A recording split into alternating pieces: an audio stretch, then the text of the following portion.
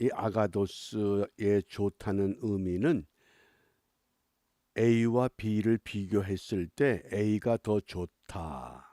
비교할 때 사용되는 좋다 그런 뜻입니다. 그 다음에 칼로스라고 하는 것은 절대적으로 좋은 것, 유일하게 좋은 것 그것밖에 없는 하나님이 인정하는 여기 오늘 좋은 땅 그럴 때 이때는 칼로스라는 땅입니다. 하나님이 인정하는 땅. 그러니까 하나님이 땅은 무엇을 의미합니까? 사람의 마음이라고 오늘 우리에게 예수님께서 설명하십니다. 그러니까 말씀이 우리에게 들려질 때 말씀을 듣는 마음이 네 가지라고 오늘 소개가 됩니다. 길가와 같은 마음. 우리가 부흥회 때 말씀을 받습니다. 아주 기쁘게 받는데 부흥의 끝이 나면 그 말씀은 흔적도 없이 사라져 버립니다. 그래서 길가와 같은 마음을 사탄이 말씀을 빼앗는 그런 상태라고 설명합니다.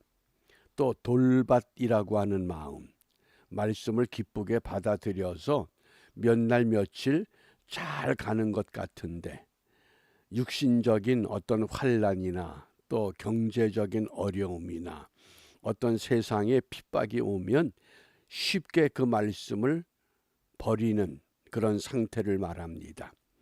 또 가시떨기 같은 마음, 세상의 염려, 또 유혹, 욕심에 의해서 말씀이 결실하지 못하는 것.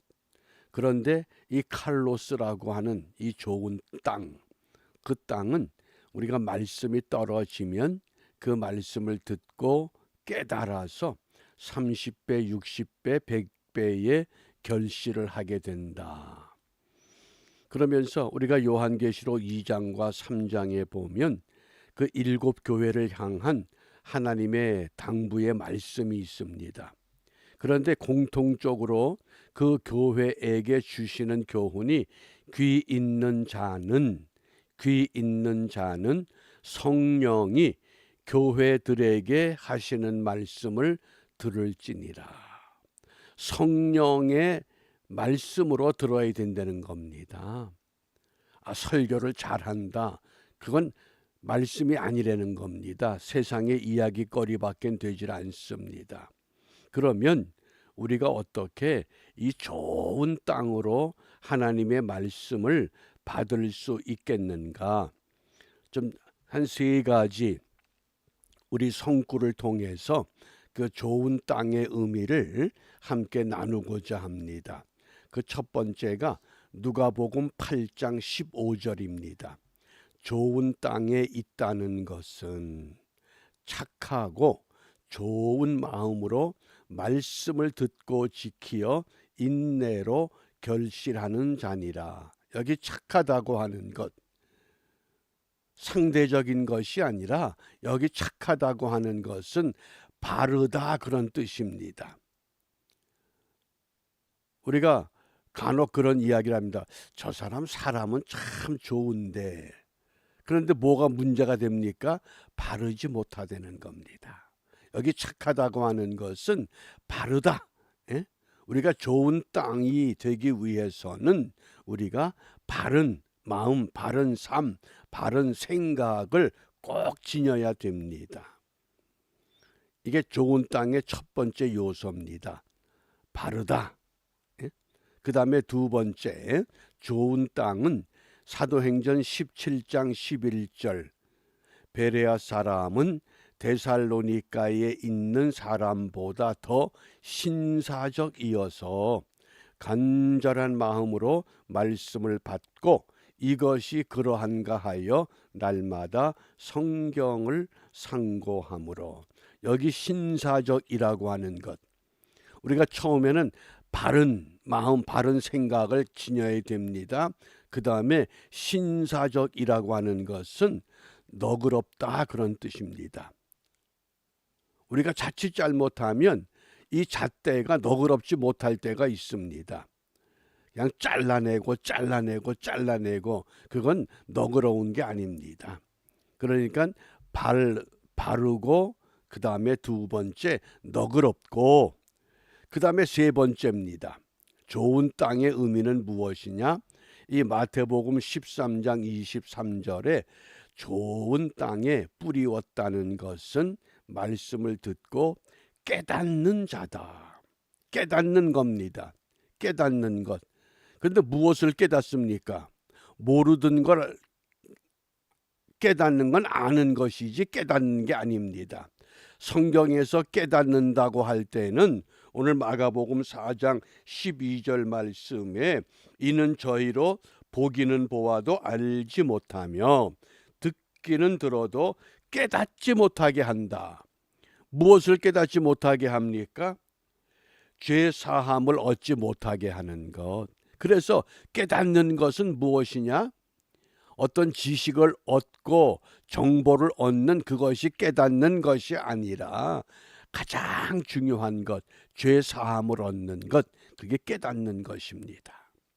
그러니까 좋은 땅이 되기 위해서 첫째는 바르고, 두 번째는 너그럽고, 그 다음에 세 번째는 죄 사함의 비밀을 내가 확신하고 믿는 것, 그것이 깨달음의 비결이라고 하는 겁니다.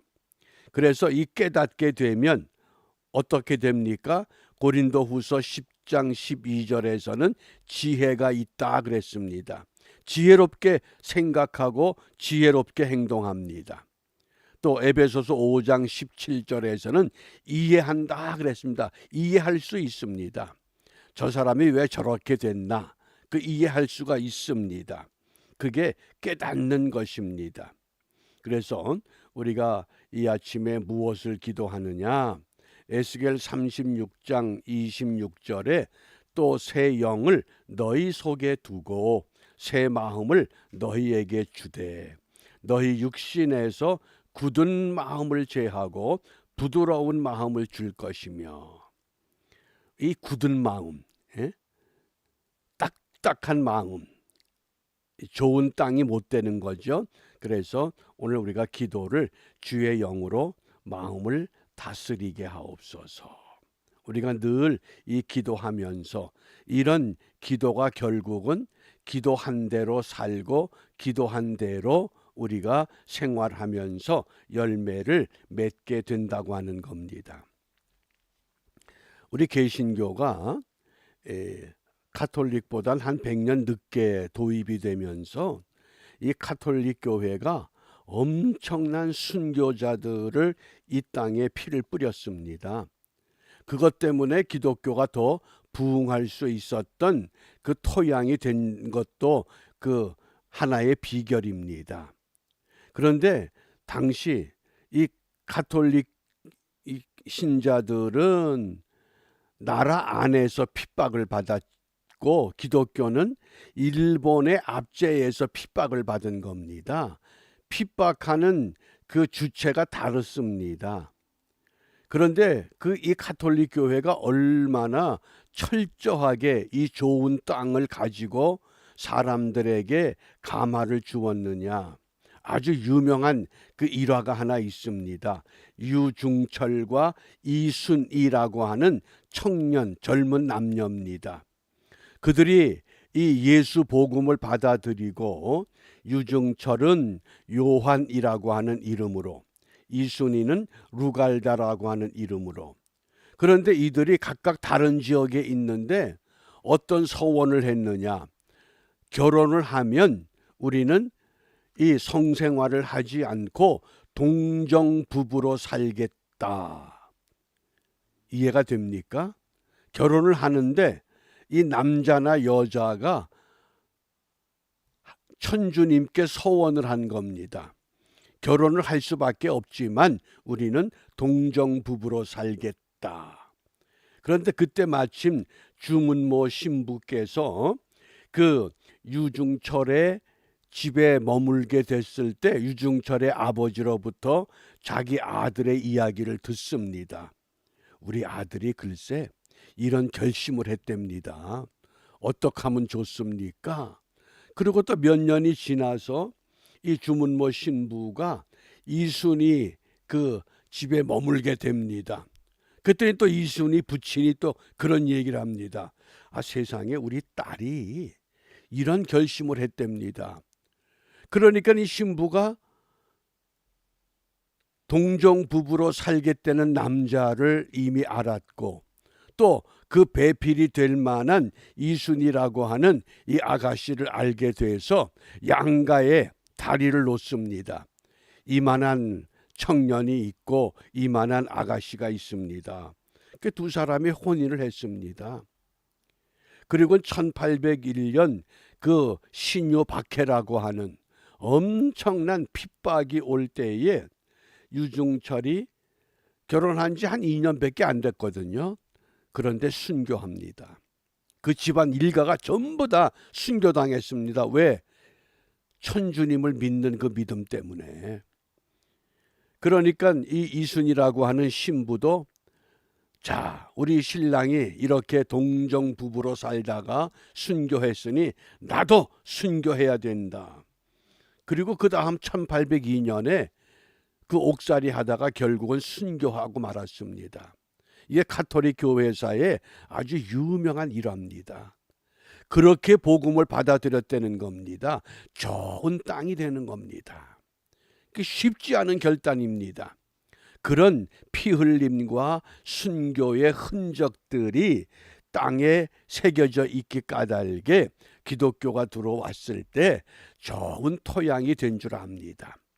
우리가 흔히들 가톨릭 교회에 구원이 있느냐 없느냐 그런 이야기 하지 말고, 우리 기독교는 가톨릭 교회의 빚진 자들입니다.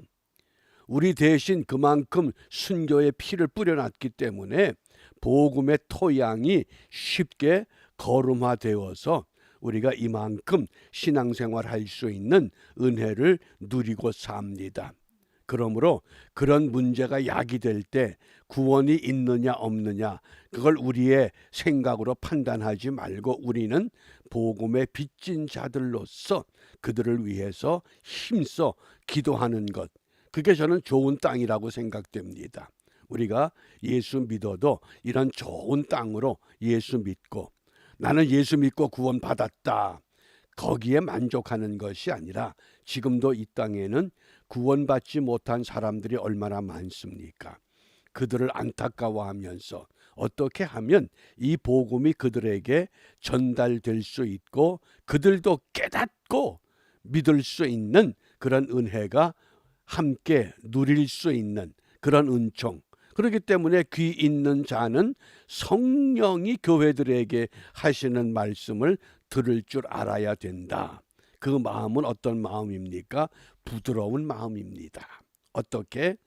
우리가 바른 마음, 너그러운 마음, 깨닫는 마음, 이런 마음을 우리가 회복해서 오늘도 은혜의 복된 하루가 우리의 삶 가운데서 눈으로 보여지고 귀로 들려지고 마음으로 믿어져서 하나님의 은혜를 확장하는 믿음의 선한 도구들로 쓰임받는 은총이 충만하시기를 주님의 이름으로 축복합니다. 기도하겠습니다.